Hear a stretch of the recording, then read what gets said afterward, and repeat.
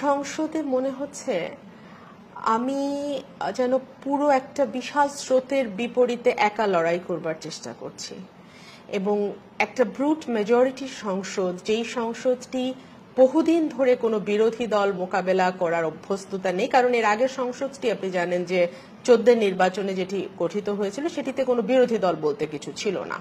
তো সুতরাং বিরোধী দলের বিরোধী কণ্ঠ শুনবার অভ্যস্ততারও একটা ব্যাপার আছে, এই সংসদে সেই অভ্যস্ততা নাই।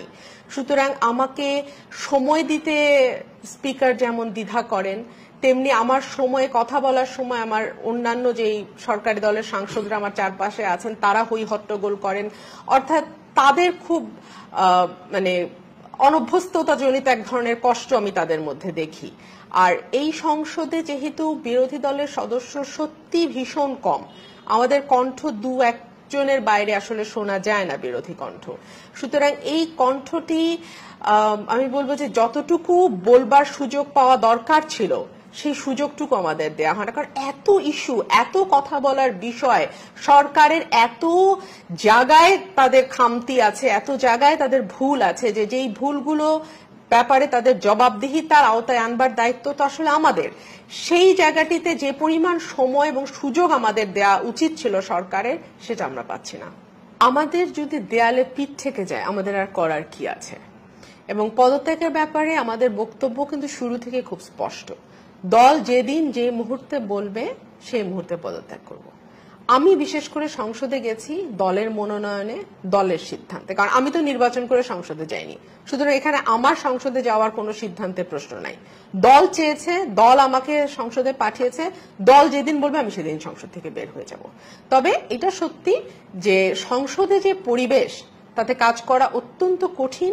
কারণ আপনি ঠিক যে প্রশ্নটি করছিলেন যে কথা বলেন অল্প কয়েকজন, গুটি কয়েকজন, দুজন তিনজন হয়তো কথা বলেন, সেই একজন দুজনকেও যদি সময় ঠিক মতো না দেয়া হয়, সুযোগ ঠিক মতো না দেয়া হয়, তাহলে আমরা 350 জন এমপির মোকাবেলা কিভাবে করবো একলা? এবং মানুষ দেখছে, আজকাল তো আর কোনো কিছু লুকিয়ে রাখবার যুগ নয়, সবকিছুই ইউটিউবে পাওয়া যায়, সবকিছুই এখন মানে দেখা যায়, বুঝতে পারে মানুষও কিন্তু এই ব্যাপারে অত্যন্ত ক্ষুব্ধ। আমি তো মানুষের কমেন্ট গুলো দেখি যে ওনাদের কথা শুরু হওয়ার 2 মিনিটের মধ্যে মাইক কেন অফ করে দেয়া হয়। আমি মনে করি আমার দল নারীর অগ্রগতিতে, নারীর উন্নতিতে, নারীর রাজনীতিতে আশায় বিশ্বাসী, অত্যন্ত প্রগতিশীল একটি দল।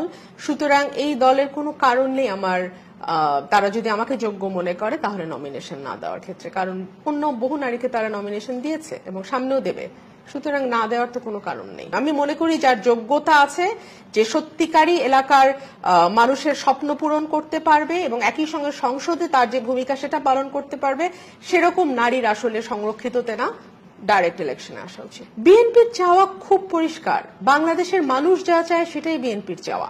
মানুষ কি চায়? মানুষ ভোট দিতে চায়, মানুষ তার পছন্দের জনপ্রতিনিধি নির্বাচন করতে চায়। বিএনপির চাওয়াটাও ঠিক তাই।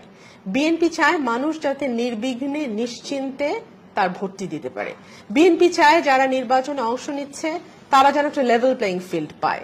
বিএনপি চায় যারা প্রার্থী হচ্ছে নির্বাচনে তারা যেন নির্ভয়ে নিঃসংকোচে প্রার্থী হতে পারে, এবং এই পরিবেশটা নিশ্চিত করা কোনো দলীয় সরকারের পক্ষে সম্ভব নয়। আমরা অতীতের নির্বাচনগুলো দেখেছি, এমনকি আমরা যদি পেছনে তাকাই 73 সালের যে নির্বাচন, সেই নির্বাচনে অল্প কয়েকটা আসনে বিরোধী দল বলতে জাসদ, ন্যাপ আর স্বতন্ত্র কিছু প্রার্থী জয়লাভ করেছে।